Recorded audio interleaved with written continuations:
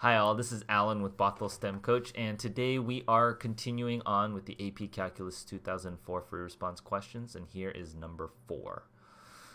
Note, we have moved past the calculator portion of the exam, so now I'm on the non-calculator portion. So consider the curve given by this. Show that dy dx is equal to 3y minus 2x and 8y minus 3x. Okay, so I'm going to start with this equation. Where do I do it? I'll do it up the top here. This is not too hard.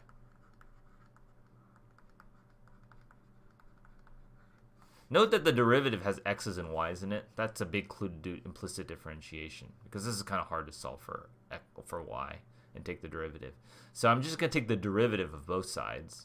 So I get 2x plus 8y, but this is by power rule, right? And then by times dy dx is equal to derivative of 7 is 0 plus 3, then I can do product rule, x times the derivative of y plus derivative of x, which is 1, times y. Okay, so I want to group all the dy dx. So this becomes 3x dy dx plus 3, and I want to combine all the dy dx's onto the other side. So I'm going to move it to the other side. So I have 8y dy dx minus 3x dy dx. I'm going to move the 2x to this side is equal to 3. Oh, this is 3y. Sorry, my bad. 3y minus 2x. And then I factor out the dy dx, right? It's 8y minus 3x is equal to 3y minus 2x. And so dy dx is equal, I divide by this portion.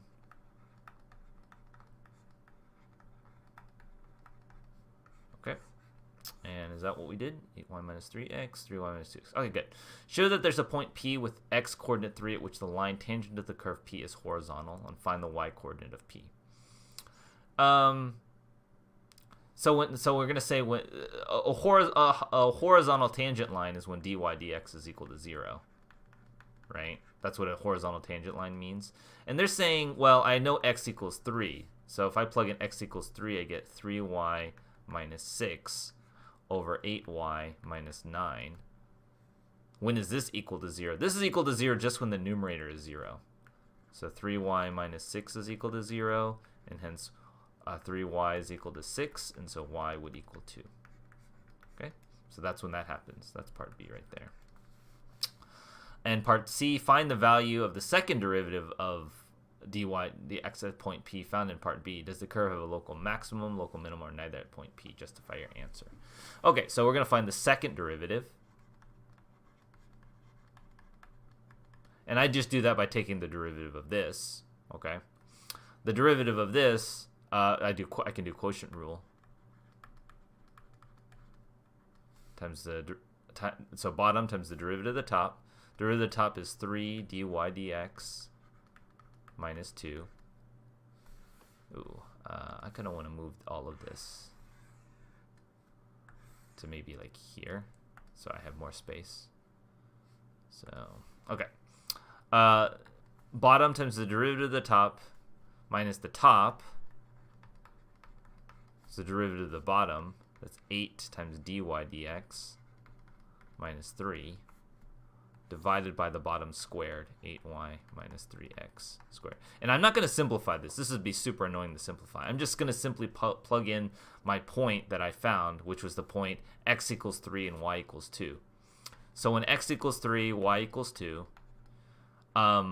we found that dy dx is 0, right? Because we said this is a horizontal tangent line. So the derivatives are 0, so I can just plug in. So I get 8 times 2 is 16 minus 9 times 0 minus 2 minus 3y, which is 6, minus 2 times 3 is 6. It doesn't really matter what the rest is, but I'll just complete it for simplicity. 8y minus 3x, that's 16 minus 9 squared. And so this ends up being 16 minus 9 is 7. Times negative 2, that's negative 14, over 7 squared, 49.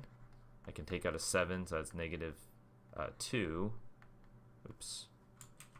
That's not how you write a 2. Negative 2 sevenths. Okay. So that is the second derivative at that point. So it's a horizontal tangent line. The second derivative is negative. So that means it's concave down. So that makes it a maximum, right? Because it's concave down because the second derivative is negative, right? The second derivative test. Okay. Let's take a look how we did. Number 4, you just simply use implicit differentiation and solve for it. That equals that y equals 2, x equals 3, y equals 2.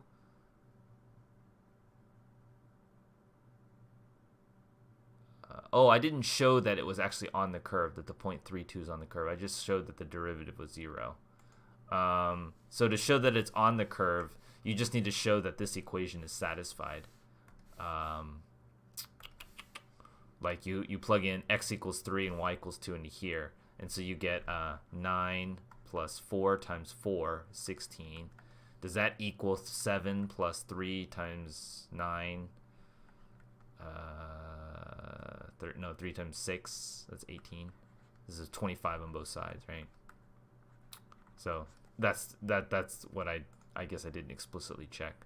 The slope is 0, so I got the first 2 points there. Second derivative is negative 2 sevenths, so it's a maximum because the first derivative is 0 and second derivative is less than 0. So, all right. Hope you found that helpful. I'll see you in the next video. Thanks for watching the video, guys. Please leave a comment, like, or subscribe below to catch up more of the content. And see any links below. I offer free homework help on Twitch and Discord. See you guys in the next video.